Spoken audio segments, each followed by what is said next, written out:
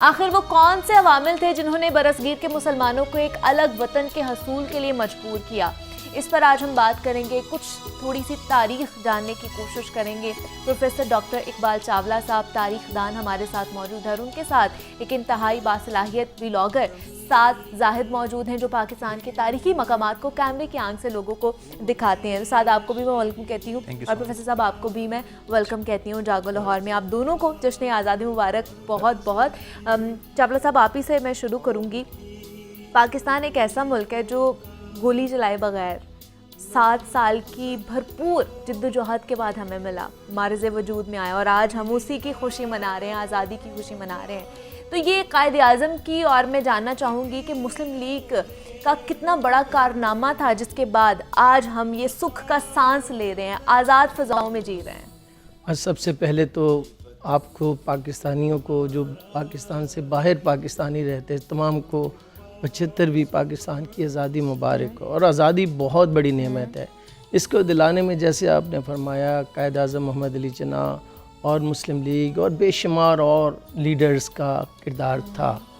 اچھا، 40 سے پہلے تو 1940 سے پہلے تو ہندوستان کے مسلمانوں کو یہ ادراک ہو گیا تھا کہ وہ ایک علیحدہ قوم ہے۔ سر سید نے ادراک کروا دیا تھا، لیکن خاص کر علامہ اقبال نے جو 2 نارتھ ایسٹ اور نارتھ ویسٹ میں علیحدہ ملک کا تصور دیا، وہ موجود تھا۔ مگر قرارداد جب پاس ہوتی ہے، اس کا مطلب مطالبہ کیا جاتا ہے۔ تو مطالبہ جب کیا تو اس وقت وہ لوگ قوم نہیں بنے تھے، ایک ہجوم ہی کی شکل میں موجود تھے۔ قائد اعظم نے جب منزل کا تعین کیا، پھر ان کے اندر قومیت آلریڈی موجود تھی، ڈورمنٹ تھی، اس کو جگایا۔ اس کے ساتھ پھر انہوں نے سٹیک ہولڈرز، چاہے مرد حضرات ہوں، خواتین ہوں، بچے ہوں، نوجوان ہوں، اسکول اور کالج یونیورسٹیوں کے طلبہ طالبات ہوں، مزدور ہوں، کسان ہوں، تاجر ہوں، ان تمام کو یہ احساس دلایا کہ یہ جو ملک ہم لینے جا رہے ہیں، یہ ملک ہماری تمام جو مسائل ہیں اور دکھوں کا مداوا ہوگا۔ اور پھر 7 سال میں، جیسے آپ نے کہا، دنیا میں جتنے بھی بڑے انقلاب آئے ہیں، پاکستان کا بننا سب سے بڑا انقلاب ہے، اور یہ ایک پیسفل، میں سمجھتا ہوں کانسٹیٹیوشنل مینز کے ذریعے ایک بھی سنگل ڈراپ آف بلڈ نہیں بہایا گیا۔ توقع یہ کہ پارٹیشن 47 میں ہوئی، تو اس وقت آپ نے جیسے ذکر کیا، وہ علیحدہ بات سوال کریں گے تو بات، لیکن ایک گلوریس ریولوشن، انقلاب برطانیہ آیا تھا 1688 میں، وہ بھی بلڈ لیس ریولوشن تھا۔ پاکستان کا بننا بھی ریولوشن ہے، بلڈ لیس ریولوشن ہے۔ اور یہ یعنی یہ دیکھ لیجئے کہ یہ وقت میں ہم نے آزادی حاصل کی ہندوؤں سے اور انگریزوں سے، ملکہ برطانیہ سے اور بادشاہ ملتانیہ سے۔ تو یہ ہم نے آزادی حاصل کی ایک خواب دکھا کر۔ خواب کیا تھا؟ ایک اسلامی فلاحی ریاست ہوگی، تو وہ اس کے حصول کے لیے آج بھی ہم لگے ہوئے ہیں۔ بے شک ایسے ہی ہے، اور وہ میرے خیال سے جب تک ہم رہیں گے، آنے والی نسلیں بھی رہیں گی، وہ تب تک یہ سارا کچھ چلتا ہی رہے گا۔ سعد، آپ کی طرف آنا چاہوں گی۔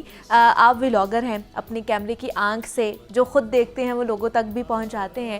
پاکستان بہت خوبصورت ہے، میں نے آدھا پاکستان ابھی تک نہیں دیکھا، کہہ لے کہ 75% نہیں دیکھا، لیکن یہ جو آپ لوگ کام کرتے ہیں ان کے تھرو ہم پاکستان کو دیکھ سکتے ہیں، اس کا نظارہ کر سکتے ہیں۔ تو کیا فیلنگ تھی، کیسے اس چیز کو سٹارٹ کیا آپ نے، اور اب تک کتنا پاکستان آپ دیکھ چکے ہیں؟ جی تھینک یو سو مچ جی، سب دیکھنے والوں کو آج جشن آزادی کی بہت بہت مبارکباد۔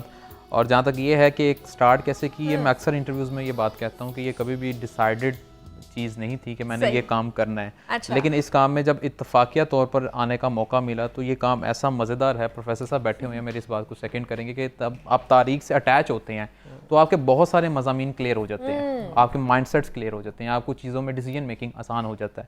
تو وہ جب کام سٹارٹ کیا تو اس میں جو ہے وہ ایک اٹیچمنٹ ہوگی، اس کے ساتھ پھر سلسلہ چلتا رہا۔ ابتدا میں جو ہے میں نے یہ چیز دیکھی تھی کہ بہت سارے تاریخ دان یہاں پر ہمارے موجود ہیں، پروفیسر صاحب بھی یہاں پر موجود ہیں، بہت ساری کتابیں لکھی گئی ہیں، ہزاروں کی کتابیں یہاں پر موجود ہیں، لیکن کسی نے اس کو ڈیجیٹلائز نہیں کیا۔ ہماری تاریخی عمارتوں کی اگر ہم بات کریں، ان پہ ہمیں اگر ویڈیوز دیکھتے بھی ہیں، یوٹیوب پہ سرچ کریں یا کہیں پہ، تو آپ کو یہ مین سٹریم کی جو عمارتیں ہیں وہ تو مل جاتی ہیں، لیکن اس سے ہٹ کے اگر ہم اگلی لیئر میں یا اپنی اس کے بیک لیئر جو پیچھے عمارتیں موجود ہیں اس کی بات کریں، وہ نہیں ملتی۔ تو وہاں سے کام سٹارٹ کیا۔ وال سٹی کے اندر ڈفرینٹ عمارتیں، چاہے وہ ہندو مذہب سے ایفلیٹ تھیں، منادر بہت سارے موجود ہوتے ہیں، پھر بہت سارے چرچز یہاں پر موجود ہیں، ان پہ کام کرنے کا سٹارٹ کیا. تو پاکستان تو ابھی میرے آپ کہہ رہی ہیں 75% آپ نے نہیں دیکھا, میرا خیال ہے میں نے شاید 90% نہیں دیکھا, کیونکہ مجھے لاہور سے جو ہے نا وہ خاص ایفیلیشن ہو گئی ہے, لاہور سے خاص محبت ہو گئی ہے. مینلی جو فوکس ہوتا ہے وہ لاہور ہوتا ہے, وہ لاہور پہ ہوتا ہے. لاہور کی عمارتیں ہوتی ہیں, وہ چاہے ہم پوسٹ پارٹیشن کی بات کریں, پری پارٹیشن کی بات کریں, یا ہم اس سے پچھلے ایراز میں رنجیت سنگھ کا ایرا چلا جاتا ہے, اس سے پہلے چلے جائیں مغلز کا ایرا ہو گیا, اس سے پہلے دہلی سلطنت کا ایرا, ان کی جو تمام عمارتیں موجود ہیں ان کے اوپر ولاگس کر رہے ہیں, اور الحمدللہ 120-30 سے زیادہ جو ہے وہ ایکسپلورنگ کی ہیں. لیکن میں آپ کو ساتھ یہ کہوں گی کہ اپنی محبتیں بڑھائیں ساتھ آپ, اور اس کو نا لاہور سے آگے لے کے جائیں, پورے پاکستان میں اپنی محبت کو پھیلائیں تاکہ ہم پورا پاکستان آپ کے تھرو دیکھ سکیں. تو میں واپس آپ کی طرف پروفیسر صاحب آنا چاہوں گی. کیا وہ ٹرننگ پوائنٹ ہم جاننا چاہتے ہیں وہ کیا تھا کہ جس کے بنا پر جو کانگریس کو بھی تقسیم ہونا پڑا اور وہ بھی راضی ہوئی کہ اچھا ہمیں اب تقسیم ہونا ہے, کیا ایسا ٹرننگ پوائنٹ؟ دیکھیے, جب پہلے تو 37 to 47 جو 10 سال ہے, ایک ڈیکیڈ ہے پورا. پہلے تو کانگریس سے بلنڈر یہ ہوئی کہ انہوں نے جب وزارتیں بنائی تو انہوں نے وائپ آؤٹ کرنا چاہا مسلم لیگ کو, مسلمانوں کو, جس سے قرارداد لاہور بنی. پھر ان سے بلنڈر دوسری یہ ہوئی کہ کانگریس منسٹری سے ریزائن کر دیا سیکنڈ ورلڈ وار کے دوران. ٹھیک ہے. اور پھر تیسری بلنڈر یہ ہوئی کہ پرپوزلز سے انکار کیا. پھر کوئٹ انڈیا موومنٹ سٹارٹ کر دی. اچھا, ایسے میں یہ وہ موقع تھا جب قائد اعظم کی لیڈرشپ کرزما ابھر رہا تھا, مسلمان قومیت ان میں ابھر رہی تھی, اور ہندوؤں کے مظالم لوگوں تک پہنچائے جا رہے تھے. ایسے میں جب کابینہ مشن پلان کو کانگریس نے, مسلم لیگ نے مان لیا تو انٹرم گورنمنٹ بنی, عبوری حکومت.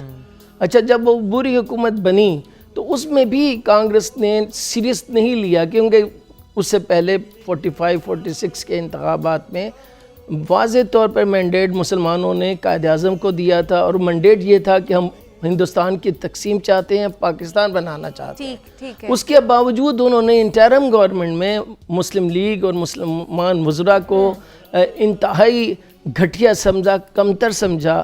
اس لیے انیویٹیبل ہو گیا جب لیاقت علی خان صاحب نے ایک بجٹ دیا جسے پور مینز بجٹ کہا جاتا ہے.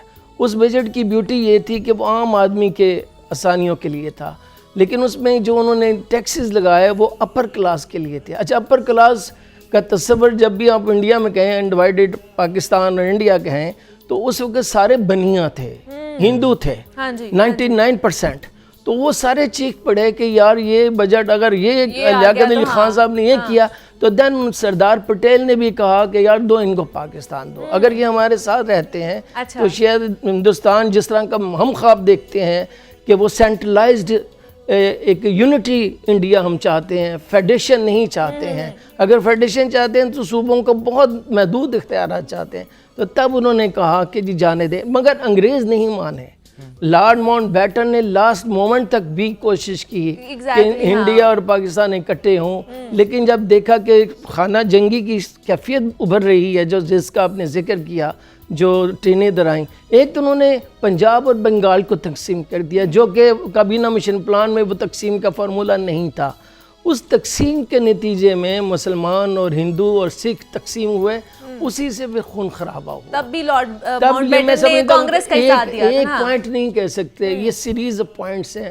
مگر ہندو مانے جب انٹرم گورنمنٹ تھی, لیکن لارڈ ماؤنٹ بیٹن 3 جون پلان جب لے کر آیا, اس نے کہا جناح کو میں سزا دوں گا, اور وہ سزا انہوں نے دی پنجاب اور بنگال کو تقسیم کر کے, اور کشمیر انڈیا کے حوالے.